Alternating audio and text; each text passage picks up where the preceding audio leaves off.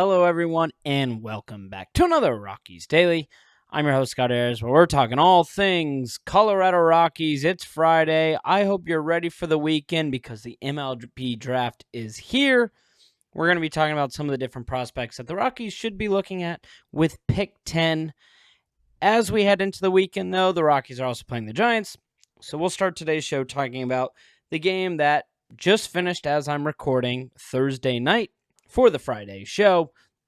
And the Colorado Rockies fall to the Giants 8-2 in a game where you probably look at the final score and say, man, the Rockies gave up 8 runs. In reality, it was more of the bats more than anything else that just could not get going in this game. The Rockies finished with 5 hits. 2 of those happened in the 9th inning. And ultimately, they just could not get any sort of productivity from this lineup. Whisenhunt did pitch well. The Giants bullpen shut down the Rockies. And on the flip end, Ryan Feltner had an uncharacteristically bad start in this one. He finishes with 4 earned and 4 1/3.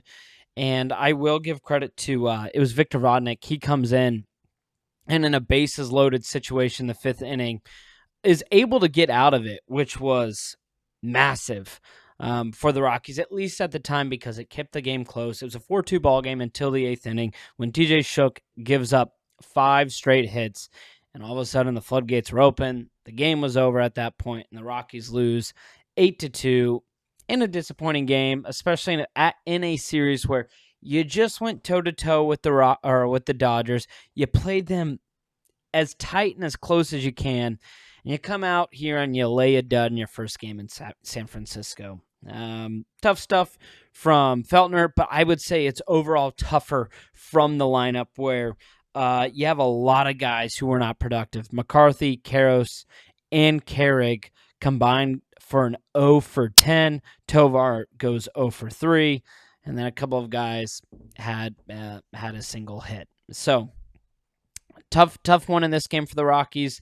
They fall. They'll have a couple more opportunities, though, against the Giants. But ultimately, this show, the focus will be on the MLB draft and the idea of the Rockies having an opportunity to add more prospects to a farm system that is starting to improve. It is a farm system where they really do have some legitimate talent within it. I don't think you could say that a couple years ago, last year, but they've started to put some pieces together.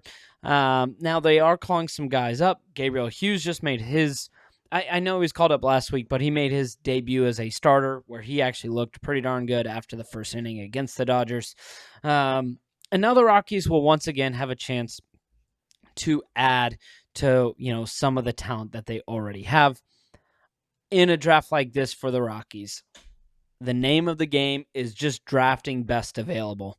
There are a load of guys really in that value of or picks like 8 through 20, 6 through 20, where, hey, a lot of the guys are going to be valued similarly. I've heard, obviously there's a ton of reports that the Rockies will go and get someone who is who has a little bit more experience, aka someone who's played in college compared to some high school players. I do think someone that we'll talk about, there's a pitching prospect that is a high schooler that could be really, really interesting. But overall, the majority of the guys that we're looking at are guys who have played at the college level. But it's not a time to get cute. It's not a time to think, well, we need to draft this position or this position. You just need to draft the best available player who will ultimately and hopefully make the best impact for the Colorado Rockies. There's no one on this team where you look at, except for maybe Hunter Goodman, and say, we don't want to risk like hurting your feelings by drafting, this guy.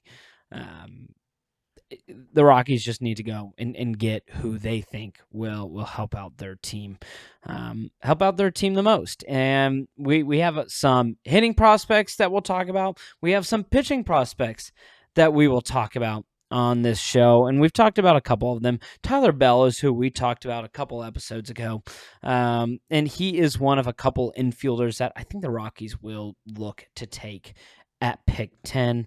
Bell alongside Justin LeBron are the two shortstops that could be really interesting. They're both really solid fielders, and both are mocked in this area of anywhere from 8 to like 15 or 16. So there is going to be those first couple of picks in this draft are just top end talent, but after that, you're probably you could go on like 6 different websites of different mocks and predictions, and you'll see vastly different results. Fangraph, even their prediction was Zion Rose for the Rockies, out of Louisville, known for having some pretty good speed. He has some power, but defensively as an outfielder, there's a lot to be desired there. In fact, a lot of places see him, including the MLB, as the number 30 prospect in this draft. And if the Rockies did want to go with an outfielder, there is Drew Burris from Georgia Tech and Drew Curiel from LSU, both with solid power in their bats.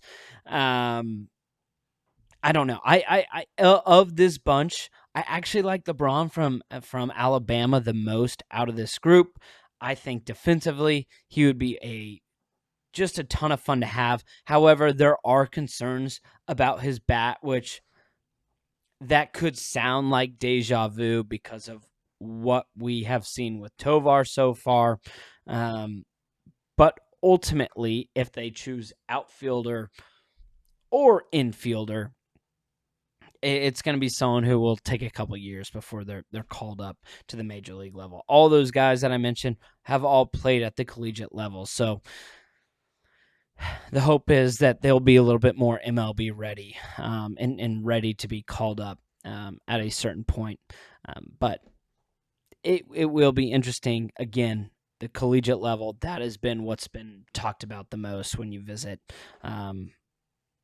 any sort of draft guide website for the Colorado Rockies, and it does make sense. But like I said, there is a pitching prospect that I think will be really interesting to see if he's there, if the Rockies take an opportunity on him, and that is Gio Rojas. That is someone that I've talked about on the show back in March as a potential target for the Rockies at pick 10 because he is a lefty pitcher. He is the one high school prospect, too, that I could see the Rockies taking a swing on if he drops to 10. Right now, he's mocked to go before then, but I did see a couple where he drops to pick 11, 12, 13. He's a lefty who has a velocity of close to 100 miles an hour, and you have to believe, with some development, he might actually be able to touch that mark. On top of that, too, his secondary pitch is a slider, which, again, you hope can transcend Coors Field and actually be productive at Coors. Again, though, when you're taking a high school prospect, you could believe, hey, maybe they're a little bit less refined. However, Rojas has insanely high upside, and that high velocity is something that you need to target, especially with some of these starting pitchers, to have hopefully a better effect at Coors Field. So he is going to be one of the two pitching prospects that I would at least consider if you're Colorado. The second is going to be Cameron Fluke out of Coastal Carolina. Another guy that we've talked about on the show, and another guy who can throw extremely hard. His velocity is mid-90s. He also has a slider that could work, again, pitching at the high altitude at Coors Field. But these are the two pitching prospects I'd really only consider at pick 10 if both are gone. I'm not sure that there is another guy that's worth taking a flyer on with having a top 10 pick. And instead, I would look at maybe one of those infielders or outfielders that I mentioned. And one of them should be there at pick 10, right? Like, these aren't all names that will be off the wall. So there will be options for the Colorado Rockies. It's tough because, like I said, this is a very top-heavy class where the first couple of guys are nasty, but there is still talent there at pick 10, and the Rockies will have an opportunity to select someone that hopefully can be productive at the major league level. And it's that first pick with this front office, with Josh Burns, with Paul De Podesta, in a line of first picks that have not really panned out. Charlie Condon hopefully can be the first solid first-round pick in quite some time. But it's been a tough go, especially for the outfielder selections when taken in the first round for the Rocks. So Benny Montgomery, he's out of the league. Sterling Thompson, a first-round pick. He's at best platoon guy, and we will have to see with Charlie Condon. So that's probably why I'm also like, hey, maybe you take a shortstop or a starting pitcher. Just because there is maybe some pain of going with an outfielder in the first round. But again, this front office is much more competent. I would assume that they have done their homework far more than what we've seen in front offices in the past. And ultimately, first-round picks can still be a bit of a coin flip. They can still be a little bit of luck just based on circumstance, based on fluke things like injuries. However, you can up those odds. You can give yourself a better chance based on who you take in terms of how they'll fit into the organization, the impact you can have on development. And so for this front office, this is their first big pick, and I'm interested to see which route they go. And with that, that does it for another Rockies Daily, a shorter episode. I've been hitting you with 20-minute episodes night after night after night. How about a smooth 12 minutes to send you onto your weekend, be ready for the MLB draft, and hopefully, when I'm recording next time, the Rockies will have taken two games out of the Giants, and getting out of the cellar is the dream. It's the goal by the All-Star break, or by the trade deadline, I'll say. We'll have to see if that dream becomes reality. But with that, I hope you have a wonderful Friday, a wonderful weekend. Go Rockies. Let's hope for a wonderful draft, and I will see you on Monday.